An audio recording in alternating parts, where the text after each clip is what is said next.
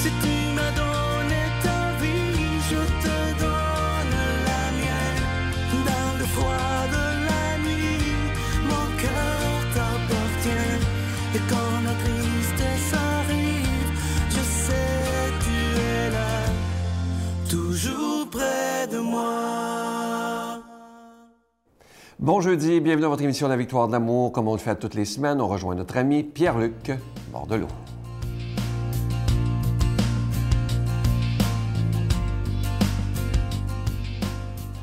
Bon matin de Dieu à vous, très heureux de vous retrouver. Alors, tel que promis la semaine dernière, je ne sais pas si vous avez écouté ma chronique, je poursuis sur la même lancée en parlant d'un outil donneur de sens, c'est-à-dire celui de rédiger ou de connaître sa mission personnelle. Mission qui veut dire action d'être envoyé pour une raison. Hein? On est des missionnaires, qu'on le veuille ou non, dans notre vie. Donc, ai-je ma place dans cette société-là? Comment je fais pour réellement accomplir ma mission? Pour sentir que c'est totalement moi qui fais ça? Autrement dit, peut-être que vous vous reconnaissez là-dedans. Moi, je me reconnais en tout cas. Des fois, on répond toujours aux besoins des autres, des entreprises, des organismes, des autres, plus que de réfléchir à vraiment ce que moi, je veux. Au nom de Dieu aussi. Parce que si la foi est dans votre vie à ce point-là, au nom de Dieu. Alors, ce matin, je vous présente le guide de la mission personnelle qui a été forgé, je le répète, là, par le groupement des chefs d'entreprise du Québec. Alors, ce n'est pas un outil qui m'appartient, j'en parle là, pour leur dire qu'ils ont fait un très bon travail. Ils ont pris le temps de dire que c'est dans une trentaine de mots que devrait contenir votre mission personnelle. Pas plus que 30 mots. C'est pas beaucoup 30 mots, en même temps que vous allez dire, mon Dieu, c'est 30 mots quand même. Dans ces 30 mots-là, il y a 6 composantes. 6 éléments qu'on devrait retrouver pour fabriquer à peu près une grosse phrase de 30 mots. C'est une grosse phrase, on s'entendra, là, mais quand même, une bonne grosse phrase de 30 mots qui inclut tout. La première des composantes, c'est votre verbe moteur. Qu'est-ce qui vous anime? Un verbe. Moi, d'ailleurs, le verbe moteur qui m'anime, c'est animer. Je ne suis pas plus qu'un communicateur, j'ai besoin d'animer, de mettre de l'âme. Deuxième composante, c'est un public cible. Animer, à cette heure, auprès de qui? Animer, pour moi, toutes les personnes que je croise sur ma route. Ça peut être aussi simple que ça. Troisième composante, un champ d'action. C'est-à-dire, qu'est-ce que vous voulez créer comme impact?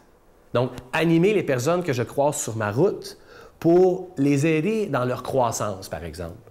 Ensuite, l'autre composante, des talents, 2 talents. Je veux dire, moi, par ma communication éloquente et mon coaching inspirant. Vous avez tous des talents, on a tous quelque chose qui nous anime. Un autre élément, c'est des valeurs. Alors, après les talents, ça prend vos valeurs. Moi, ce qui m'anime beaucoup, c'est la joie et la vérité comme valeur. C'est des valeurs auxquelles je tiens. C'est dur d'arriver juste à 2, hein, mais quand même. Autre et dernier élément, c'est l'effet social que vous voulez provoquer. Autrement dit, le pourquoi. Vous voulez produire quel effet? Donc, animer les personnes que je croise sur ma route grâce à ma communication éloquente et mon coaching inspirant, avec joie et vérité. Et là, mon effet, moi, c'est pour activer leur bonheur et celui des autres. Voilà la mission personnelle qu'on peut développer dans notre vie. J'y reviendrai pour en faire un outil qui donne du sens. Notre Père qui es aux cieux, que ton nom soit sanctifié, que ton règne vienne, que ta volonté soit faite sur la terre comme au ciel. Donne-nous aujourd'hui notre pain de ce jour. Pardonne-nous nos offenses comme nous pardonnons à ceux qui nous ont offensés. Ne nous laisse pas entrer en tentation, mais délivre-nous du mal, car c'est à toi qu'appartient le règne, la puissance et la gloire pour les siècles des siècles. Amen. La Victoire de l'amour présente Approfondir sa foi, découvrir Jésus, vrai homme, vrai Dieu.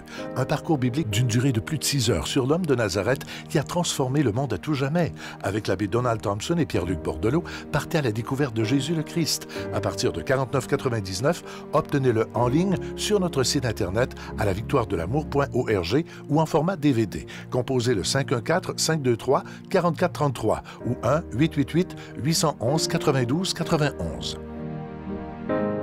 Je suis tellement content de vous parler de ce nouveau cadeau du mois pour le mois de février, une belle exclusivité de la Victoire de l'amour, vous le voyez à l'écran. Il s'agit du bracelet, un bracelet avec cœur de cristal et une belle croix argentée. Et évidemment, ce bracelet, il est déjà béni. Et on a choisi ce cadeau-là parce que vous voyez, le cristal, c'est des petits cœurs, c'est de toute beauté, c'est des cœurs noirs et c'est vraiment du vrai cristal. Et on a choisi ça parce que c'est le mois de février, le mois de l'amour et de l'amitié. Ça se donne vraiment bien en cadeau. Alors, je vous rappelle que c'est avec un don de 25 $ et si vous en voulez deux, avec un don de 40 $, je vous donne l'adresse. La Victoire de l'amour, casier postal 120, succursale Boucherville à Boucherville, le J4B 5E6, je vous la redonne. La Victoire de l'amour, casier postal 120, succursale Boucherville à Boucherville, le J4B 5E6. Également par téléphone, par carte de crédit du lundi au vendredi de 8h30 à 16h30 dans le 514-523-4433, 523-4433 ou sans frais, le 1-888-811-9291,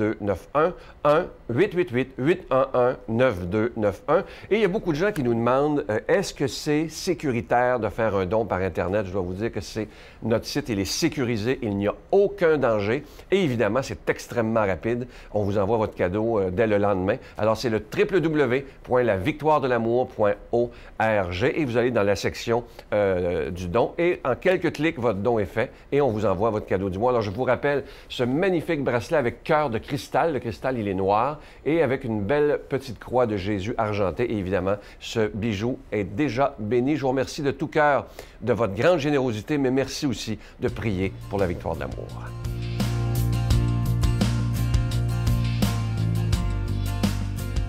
Mon Dieu, donnez-moi la sérénité d'accepter les choses que je ne peux changer, le courage de changer les choses que je peux et la sagesse d'en connaître la différence. Amen. Aujourd'hui, la parole de Dieu est proclamée par quelqu'un qu'on apprécie beaucoup. Il est aumônier à la prison de Bordeaux, l'abbé Stéphane Roy.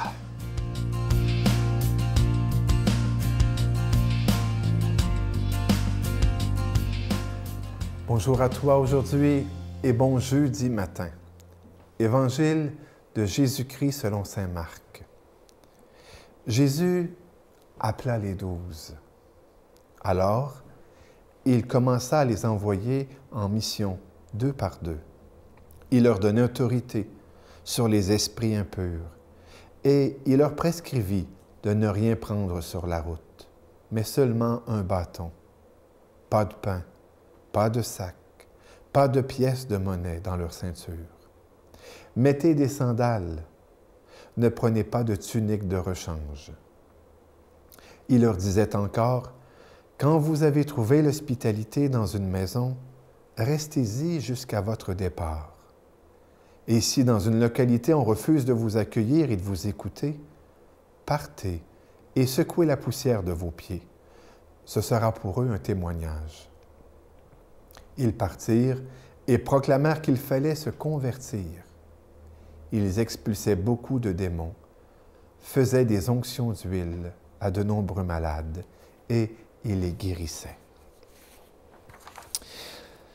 Nous sommes au chapitre 6 de saint Marc et pour la première fois, le Seigneur envoie ses apôtres 2 par 2 en mission. Ces 3 chapitres avant, au chapitre 3, que saint Marc nous dit que le Seigneur institua les 12. Il les institua, dit-il, pour être avec lui et les envoyer prêcher, avec pouvoir de chasser les démons.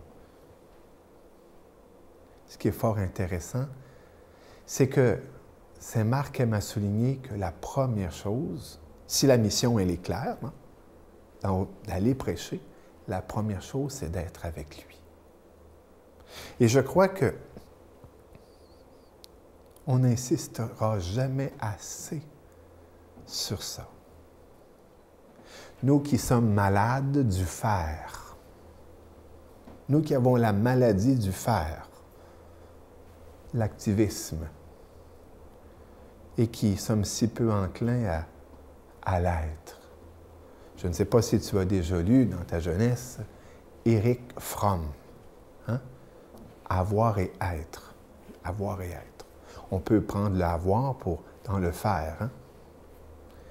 Et bien sûr, le psychanalyste, de privilégier l'être. Eh bien, Jésus, avant la psychanalyse, appelle ses apôtres à être avec lui. Et pour cause, ils sont appelés à être apôtres, à témoigner, à aller de par le monde. Non seulement être un lecteur de CD, un lecteur cassette, un lecteur DVD pour reproduire, répéter, mais surtout comme porteur de quelque chose, un sacrement. Et à ce moment-là, ils ont vraiment à être, pour le regarder, pour apprendre de la compassion et du tendre amour du Seigneur, pour comprendre et apprendre de Jésus toute son attitude face à la souffrance humaine, pour comprendre et apprendre de Jésus. Trop souvent, on se plaint qu'on n'écoute plus. On n'a plus le temps d'écouter. C'est souvent parce qu'on s'agite. Marthe, Marthe, tu t'agites pour peu de choses. Marie a choisi la meilleure part. Aujourd'hui, on se plaint qu'il y a peu de gens pour écouter. Écouter quoi? Écouter le cœur qui a besoin d'être écouté, entendu. La souffrance qui a besoin de se dire bien souvent. Et les apôtres ont dû apprendre ça de Jésus. Ils l'ont appris, on le sait, à la dure école. Et voilà pourquoi il leur est donné pouvoir sur les démons, les maladies. Mais avant, pour voir les maladies, il faut prendre conscience qu'il y a des malades. Avant de chasser les démons, il faut prendre conscience qu'il y a des personnes obsédées, possédées, mal pris, on pourrait dire captifs de ténèbres. Cet amour du Seigneur que les apôtres contemplent et dont ils savent qu'ils doivent être les porteurs, les plonge aussi dans une grande humilité. L'humilité de l'amour. L'humilité de l'amour. Bien sûr, ils n'en sont pas encore présentement à la leçon du lavement des pieds, mais elle viendra, cette leçon.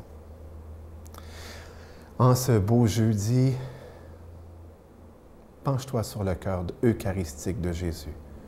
Si tu vas à la messe, si tu ne peux pas y aller en esprit, en pensant à l'église de ton quartier, et penche-toi sur le tabernacle en esprit.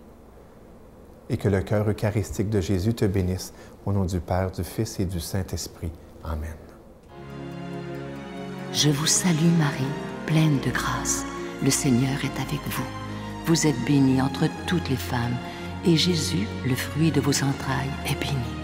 Sainte Marie, Mère de Dieu, priez pour nous pauvres pécheurs, maintenant et à l'heure de notre mort. Amen.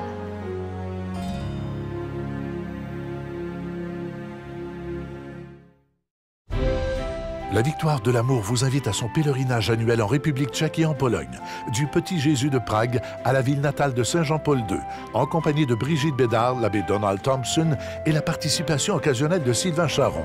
Nous visiterons entre autres les villes de Prague, Cracovie, Auschwitz et plusieurs autres. Nous visiterons aussi la maison natale de Saint Jean-Paul II, du 11 au 22 juin 2018. Informations, réservations, voyage intermission, 514-288-6077 ou 1-800-465-3250.